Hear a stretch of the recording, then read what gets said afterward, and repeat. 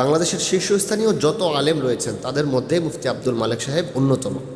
তিনি বাংলাদেশে পড়াশোনা করার পাশাপাশি ভারতের দারুল উলুম দেওবন্দে পড়াশোনা করেছেন, পাকিস্তানের করাচিতে পড়াশোনা করেছেন এবং বিশ্বের নামি দামি ইউনিভার্সিটিগুলোতে তিনি পড়েছেন। আমাদের দেশের মানুষ আলেম হয় মুফতি আব্দুল মালেক সাহেবের বই পড়ে। আপনি ওনার কোয়ালিটি বুঝতে পারছেন? আমাদের দেশের মানুষ আলেম হয় ওনার বই পড়ে।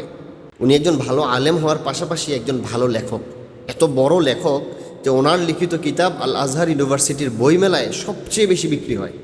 তো এই ধরনের একজন মানুষকে আমরা পেয়েছি, এটা আমাদের জন্য সৌভাগ্য।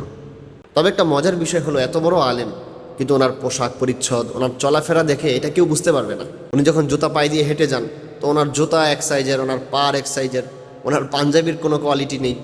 উনি এত বেশভূষা নিয়ে চলাফেরা করেন না। আব্দুল মালেক সাহেব এই দেশের মানুষের জন্য আল্লাহর পক্ষ থেকে একটি রহমত। আলহামদুলিল্লাহ, উনি এখন জাতীয় মসজিদের খতিব হয়েছেন। কিন্তু এটা অকল্পনীয় বিষয়, একজন মানুষ নিজেকে মিডিয়া থেকে এত আড়াল রেখেছে, একটি ছবি তুলতে দেয় না, ভিডিও করতে দেয় না। এত জাতীয় পর্যায়ে পৌঁছার পরেও উনি ভিডিও করতে দেয় না, উনি ছবি তুলতে দেয় না। আমি জাস্ট তার তাকওয়া দেখে অবাক হয়ে যাই। এই ধরনের একজন মানুষ, উনি যে জাতীয় মসজিদের খতিব হবেন এটা আমরা কেউই কল্পনা করিনি, উনি নিজেও হয়তো কল্পনা করেননি। কিন্তু হাদিসের মধ্যে এসেছে, আল্লাহ নবী বলেন, মান তাওয়াদা লিল্লাহ রাফাআহুল্লাহ, যে ব্যক্তি আল্লাহর জন্য অবনত হয় আল্লাহ তাকে সম্মানিত করেন।